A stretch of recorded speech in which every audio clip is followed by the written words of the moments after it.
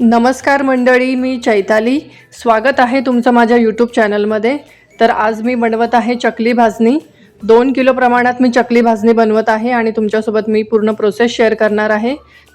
तर इथे आत्ता मी 2 किलो प्रमाणात चकली भाजणी बनवत आहे. त्यासाठी मी रेशनचा तांदूळ घेतला आहे, जो जुना तांदूळ आहे, आणि चणा डाळ, मूग डाळ, उडीद डाळ, साबुदाणा आणि पोहे आणि धने जिरेसुद्धा लागतील, ते मी भाजताना ॲड करेल.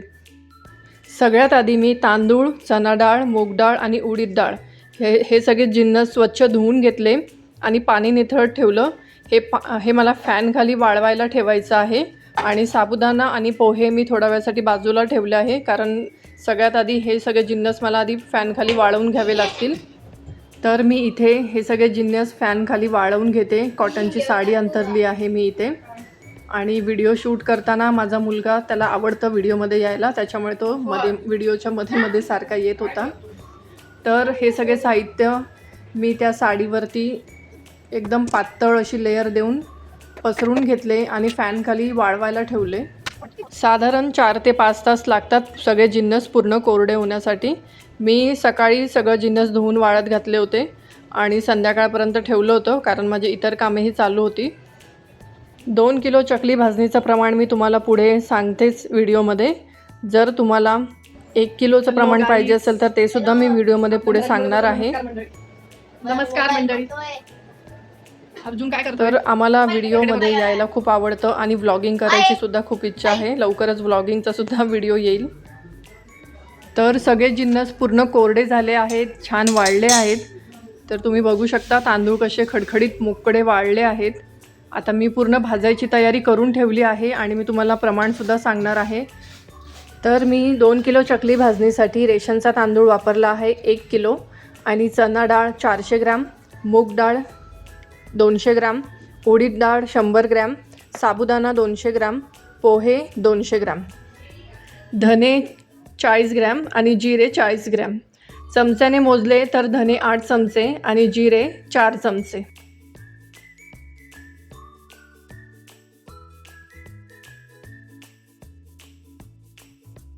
आता हेच प्रमाण वाटीने सांगायचं झालं तर तांदूळ 5 वाट्या आणि चणा डाळ 2 वाट्या, मूग डाळ 1 वाटी आणि उडीद डाळ पाऊण वाटी आणि साबुदाणा 1/4 वाटी भरलं होतं. आणि पोहे मी वाटीने मोजायचे मी विसरून गेली होती. तर एक वाडगं भरून जे पोहे होतं तर ते पूर्ण गच्च भरलं नव्हतं, पाऊण वाडगं भरलं होतं. तर सॉरी, पोह्यांचं मी वाटीने मोजायचं विसरून गेली. तर मी तुम्हाला वाडग्यात दाखवत आहे, तर त्या अंदाजाने तुम्ही घ्या. आता मी भाजणी भाजायला सुरुवात करते, म्हणजे सगळे जिन्नस मी भाजायला आता सुरुवात करते.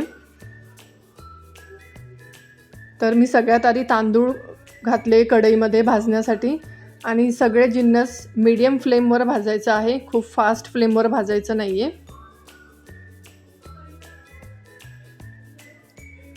थोडा वेळ मी मध्ये गॅस थोडा फास्ट केला होता, कारण कढई तापली नव्हती आणि खूपच वेळ लागत होता. त्यामुळे गॅस मी थोडा वेळ फास्ट केला, कढई तापू दिली आणि त्यानंतर परत फ्लेम स्लो केली आणि मग स्लो फ्लेमवर भाजायला सुरुवात केली. तुम्हाला माझे व्हिडिओ आवडत असतील तर माझ्या व्हिडिओला लाईक करा, माझ्या चॅनलला सबस्क्राईब नक्की करा. आणि माझी खूप दिवसापासूनची मेहनत आहे. यूट्यूबवरती मी याआधीसुद्धा चॅनल बनवलं होतं, पण त्याला एवढा रिस्पॉन्स नव्हता मिळाला. या चॅनलला खूप चांगला रिस्पॉन्स मिळाला आणि असा सपोर्ट पुढेही कायम ठेवा माझ्यासोबत. तर तुम्ही इथे बघू शकता तांदूळ भाजायला सुरुवात झाली आहे. त्या बर्नरवर व्यवस्थित दिसत नव्हतं, म्हणून मी बर्नर चेंज केला व्हिडिओमध्ये व्यवस्थित दिसावं म्हणून. तांदूळ मीडियम गॅसवर भाजायला मला जवळजवळ 15 ते 20 मिनटं लागले, कारण 1 किलो तांदूळ होते. आता तांदूळ भाजून झाले की नाही हे कसं कळणार? तर तांदूळ भाजताना पांढरा शुभ्र होतो भाजल्यानंतर आणि थोडंसं हलका लालसर रंग येतो. खूप जास्त डार्क कलर करायचा नाही आहे, त्यामुळे भाजणी कडवट होऊ शकते. आणि भाजल्यानंतर म्हणजे भाजताना त्याचा सुगंधसुद्धा यायला सुरुवात होते. हे सगळे जिन्नस भाजताना त्याचा सुगंध यायला सुरुवात होते आणि पूर्ण भाजणी भाजून जेव्हा तयार होते त्यानंतर त्याचा सुगंध खूप छान येतो, खमंग सुगंध येतो. आता माझे तांदूळ इथे भाजून होत आले आहेत.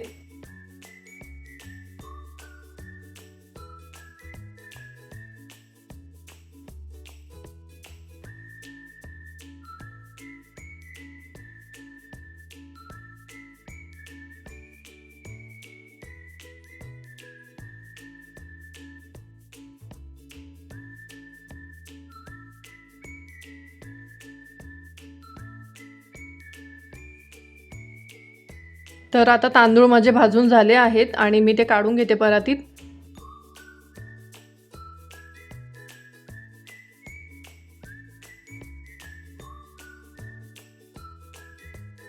तर आता इथे मी चणा डाळ घेते कढईमध्ये भाजायला. चणा डाळ पूर्ण कोरडी होईपर्यंत चांगली खरपूस भाजायची आहे, त्यात ओलावा नाही राहिला पाहिजे. आणि मूग डाळ आणि उडीद डाळ सेम, कारण आपण त्या डाळी धुवून घेतलेल्या असतात. ते पूर्ण कोरडे होईपर्यंत भाजावे लागतात. जर त्यात ओलावा राहिला तर भाजणी लवकर खराब होऊ शकते. चणा डाळ पण मी स्लो फ्लेमवरच भाजत आहे. आणि 1 किलो चकली भाजणीचं प्रमाणसुद्धा मी तुमच्यासोबत शेअर करणार आहे याच व्हिडिओमध्ये. व्हिडिओ शेवटपर्यंत नक्की बघा.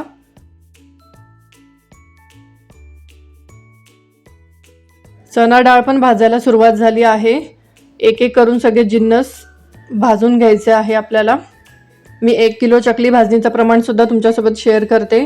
तर 1 किलो चकली भाजणीसाठी लागणार आहे तांदूळ अर्धा किलो, चणा डाळ 200 ग्रॅम, पिवळी मूग डाळ 100 ग्रॅम आणि उडीद डाळ 50 ग्रॅम, पोहे 100 ग्रॅम, साबुदाणा 100 ग्रॅम, धने 20 ग्रॅम आणि जिरे 20 ग्रॅम.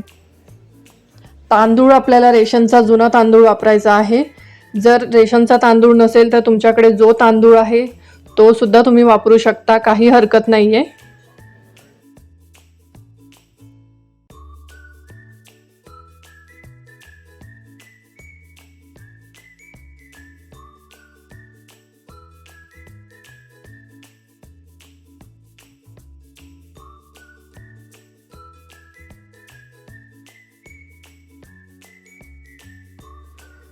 तर चणा डाळ भाजून झाली आहे. आता ती काढून घेते मी परातीत आणि मूग डाळ घेते भाजायला.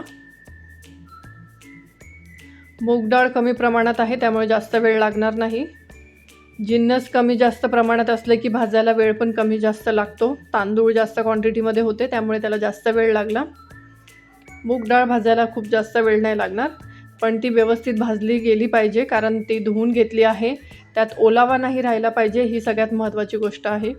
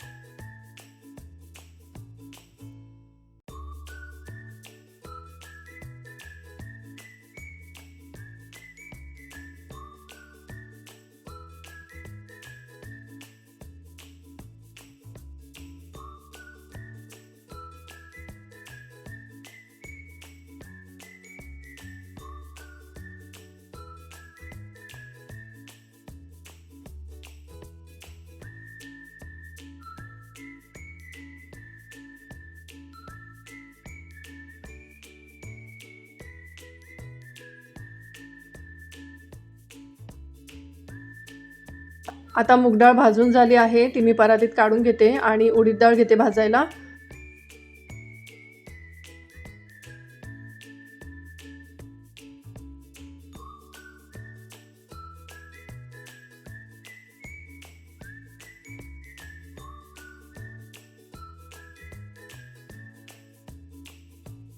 भाजणी दळताना भाजणीवरच दळून घ्यायची किंवा तांदळावर दळून घ्यायची.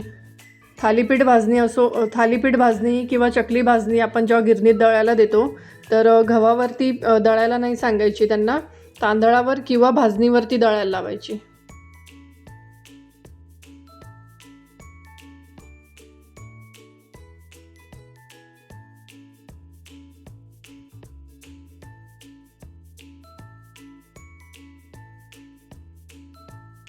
उडीद डाळ पण भाजून झाली आहे, ती मी काढून घेते आणि मग साबुदाणा घेते भाजायला. दिवाळीमध्ये मी 20 किलो चकली भाजणी बनवली होती आणि 20 किलोसाठी जे प्रमाण होतं ते सगळे जे जिन्नस मी वापरले होते, तांदूळ, चणा डाळ, मूग डाळ, उडीद डाळ, त्यावेळेला म्हणजे दिवाळीलासुद्धा मी त्या सगळ्या गोष्टी म्हणजे ते सगळे जिन्नस सगळे धुवून वाळवून घेतले होते आणि त्यानंतर भाजणी तयार केली होती. आणि ती भाजणी सगळी जेव्हा तयार झाली मी सॅम्पल बनवले आणि दुकानामध्ये जाऊन सॅम्पल द्यायला गेले होते दुकानात. पण मला रिस्पॉन्स काहीच मिळाला नाही, कारण एकतर लेट झाले होते मी मागच्या व्हिडिओमध्ये सांगितलं होतं की मी लेट झाले होते, म्हणजे माझं प्रोडक्शनच उशिरा झालं होतं चकली भाजणीचं. तर फक्त 1 किलो चकली भाजणी माझ्या रिलेटिव्हनी घेतली होती, तिचं किराणा दुकान आहे म्हणून तिने घेतलं. आणि माझ्या ओळखीतल्या लोकांनी म्हणजे सासूबाईंनी काही जणांना सांगून ती चकली भाजणी सेल केली.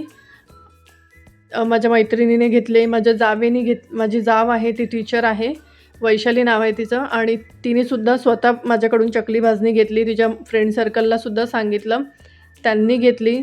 तर असं जवळजवळ 20 किलोमधून 5 किलो चकली भाजणी माझ्या ओळखीतल्या लोकांनीच घेतली. बाकी 15 किलो जी भाजणी उरली त्यातनं थोडेफार मी घरीच चकल्या बनवून सेल केल्या ऑर्डर घेऊन. म्हणजे लोकांना माहिती नव्हतं की माझ्याकडे चकली भाजणी आणि चकली विकत मिळते म्हणून. मग मी थोडी माउथ पब्लिसिटी केली. माझ्या घरच्यांनीसुद्धा माउथ पब्लिसिटी केली, माझ्या सासूने, माझ्या जावेने. त्यामुळे लोकांना कळलं की चकली भाजणी हिच्याकडे मिळते आणि त्याच्यामुळे माझ्याकडे कस्टमर आले होते चकली भाजणीसाठी आणि खास करून चकलीसाठी. दिवाळीत बेसन लाडूचंसुद्धा मी सामान आणून ठेवलं होतं, पण मला बेसन लाडूला अजिबात रिस्पॉन्स मिळाला नाही. एकही ऑर्डर नाही मिळाली. एकदाच मी 2 किलो बेसन लाडू बनवले होते, पण त्यानंतर मला अजिबात ऑर्डर मिळाली नव्हती बेसन लाडूसाठी. 5 किलो मी चणा डाळ आणून ठेवली होती बेसन लाडूसाठी. तर ती 5 किलो डाळ आणून भाजून मी दळून ठेवली होती लाडूसाठी, पण ऑर्डरच मिळाली नाही. तर त्यामुळे मी काय केलं, माझ्या जावेनी 1 किलो त्यातनं डाळ घेतली आणि माझ्या शेजारी पण आहेत, त्यांनी स्वतःसुद्धा माझ्याकडून डाळ म्हणजे ती बेसन लाडूची डाळ विकत घेतली. तर असं करून मी ते प्रॉडक्ट सेल केलं. थोडंसं प्रॉफिट तर नाही मिळाला, अनुभव मिळाला. थोडंसं त्यातनं जे मी इन्व्हेस्टमेंट केली होती ती निघाली थोडीफार त्यातून. चकली भाजणीमध्ये मला जेवढी मी इन्व्हेस्टमेंट लावली होती ती इन्व्हेस्टमेंट माझी निघाली, पण प्रॉफिट अजिबात झाला नव्हता. नो लॉस नो प्रॉफिट असा माझा बिझनेस झाला होता दिवाळीमध्ये. आता साबुदाणा भाजून झाला आहे आणि तो मी कढईत काढून घेतला आणि पोहे भाजायला घेतले. पोहे भाजायला खूप जास्त वेळ नाही लागणार, एक 4 ते 5 मिनिटे. पोहे भाजण्याच्या प्रक्रियेतूनच निघालेले असतात, त्यामुळे त्याला जास्त वेळ नाही लागणार. आणि कढईसुद्धा चांगली तापलेली आहे, त्यामुळे लवकर भाजून होईल ते. तर आधीच्या व्हिडिओमध्ये मी सांगितलं होतं की मला परफेक्ट अशी कुरकुरीत चकली सुरुवातीला जमत नव्हती. तर मी खूप जणांना विचारलं ज्यांनी कारखान्यामध्ये काम केलं आहे, चकलीच्या कारखान्यात, तर तिथे चकली कशी तयार होते त्यांना विचारलं. थोडं यूट्यूबवर व्हिडिओ बघितले होते आणि असं करून 2-3 वेळा मी घरामध्ये चकली ट्राय केली. आणि त्यानंतर मला जेव्हा चकली व्यवस्थित जमली तर मी बाहेर सांगितलं की चकलीच्या ऑर्डर्स घेईल म्हणून, आणि ऑर्डरसुद्धा मिळाल्या आणि रिपीट ऑर्डरसुद्धा मिळाल्या होत्या. तर तुम्हाला चकलीचा व्हिडिओ पाहिजे असेल तर मला कमेंटमध्ये नक्की सांगा. मी पुढच्या व्हिडिओमध्ये चकली कशी बनवायची त्यावर मी व्हिडिओ नक्की घेऊन येईल, जर तुम्ही कमेंटमध्ये मला सांगितलं तर. आता इथे पोहेसुद्धा भाजून झाले आहेत आणि मी पोहे काढून घेते आणि धने आणि जिरे भाजायला घेते.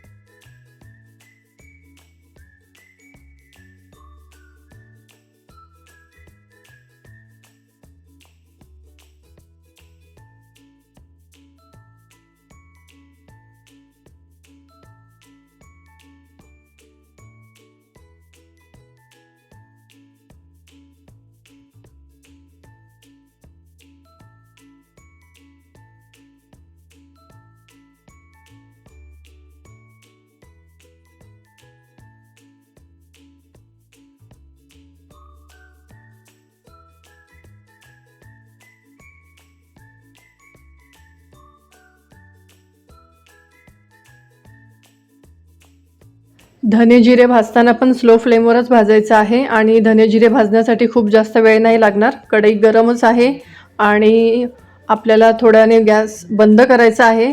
गॅस बंद करून पण त्या गरम कढईमध्ये पण भाजलं तरी चालतं थोडा वेळ, पण आधी चालू गॅसवर भाजायचं आहे आणि गॅस बंद करून त्याच्यामध्येच कढईमध्येच थोडं 2-3 मिनटं मी अजून परतवते आणि मग ते काढून घेते. यूट्यूबवरती व्हिडिओमध्ये कमेंट आलेत आणि इंस्टाग्रामवर पण मला मेसेज येतात, कमेंट येतात की तुम्ही इंस्टाग्रामवरून ऑर्डर्स कशा घेतात. मी इंस्टाग्रामवरती व्हिडिओ अपलोड करते आणि व्हिडिओमध्ये मी नेहमी सांगते, जर तुम्हाला थालीपीठ भाजणी ऑर्डर करायची असेल तर मला DM करा. आणि मला DMमध्ये मेसेजेस येतात थालीपीठ भाजणीच्या ऑर्डरसाठी, प्राईस विचारतात, तेव्हा मग मी त्यांना प्राईस सांगते, शिपिंग चार्जेस सांगते आणि ज्यांना खरंच ऑर्डर करायची असेल तर ते ॲडव्हान्स पेमेंट करून ऑर्डर कन्फर्म करतात आणि मी ॲडव्हान्स पेमेंटच घेते. कॅश ऑन डिलिव्हरीचं ऑप्शन मी अजून ठेवलं नाही आहे, कारण पार्सल तिथपर्यंत पोहोचलं आणि त्यांनी घेतलं नाही किंवा त्या घरी नसतील ज्यांनी ऑर्डर केलं आहे तर आपलं नुकसान होण्याची भीती आहे. त्यामुळे मी कॅश ऑन डिलिव्हरीचं ऑप्शन अजून तरी ठेवलेलं नाही आहे. तर तुम्ही आता बघू शकता माझी सगळी भाजणी भाजून झाली आहे, धने जिरेसुद्धा भाजून झाले आहेत. तर धने जिरे पण मी परातीत काढून घेते आणि सगळे जिन्नस मी एकत्र व्यवस्थित मिक्स करून घेते आणि पूर्ण गार झाल्यावर गिरणीमध्ये दळायला नेऊन देणार आहे. गिरणीवालेसुद्धा गरम भाजणी दळून देत नाही, थंड झाल्यावरच दळतात ते पण. तर मी भाजणी पूर्ण थंड करून झाल्यावर गिरणीतून दळून आणते. सगळ्यात आधी मी भाजणी सगळी मिक्स करून घेते. माझ्या घराजवळची गिरणी गेले 4-5 दिवस झाले बंद आहे, तर मला थोडं लांब जावं लागते. तर बहुतेक ते आता मुलांना शाळेला सुट्ट्या आहेत म्हणून फॅमिली टाईम म्हणून ते कुठे बाहेर गेले असतील गिरणीचे ओनर. माझं थोडंसं प्रॉब्लेम होतं आहे, मला थोडं लांब जावं लागतं आहे. माझी थालीपीठ भाजणीची ऑर्डरसुद्धा खूप लेट पोहोचली होती यावेळेस आणि त्याचा व्हिडिओसुद्धा मी यूट्यूबवर अपलोड केला आहे. जर तुम्ही बघितला नसेल तर नक्की बघा. आपला जेव्हा स्मॉल बिझनेस असतो आणि आपण एखादं पार्सल आपल्या कस्टमरला पाठवतो आणि जेव्हा ते पार्सल पाठवायला उशीर होतो तर त्यावेळेला काय फील होतं हे माझ्या फीलिंग्स मी त्या व्हिडिओमध्ये व्यक्त केला आहेत आणि तो व्हिडिओ पण अपलोड केला आहे.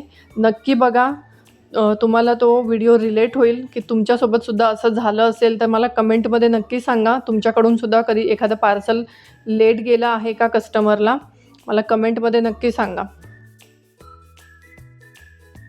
तर चकली भाजणी पूर्ण मिक्स करून झाली आहे आणि आता मी ती गार व्हायला ठेवते थोडा वेळ आणि पूर्ण गार झाल्यावर गिरणीतून दळून आणते. आटा चक्की मी लवकरच घेणार आहे, घ्यायचा विचार सुरूच आहे माझा, कारण घराजवळची गिरणी तर बंद आहे आणि एवढं लांब जावं लागतं. जर ऑर्डर्स वाढले तर मलाच प्रॉब्लेम होणार पुढे जाऊन. आता चकली भाजणी पूर्ण गार झाली आहे आणि मी ती दळून आणते आता.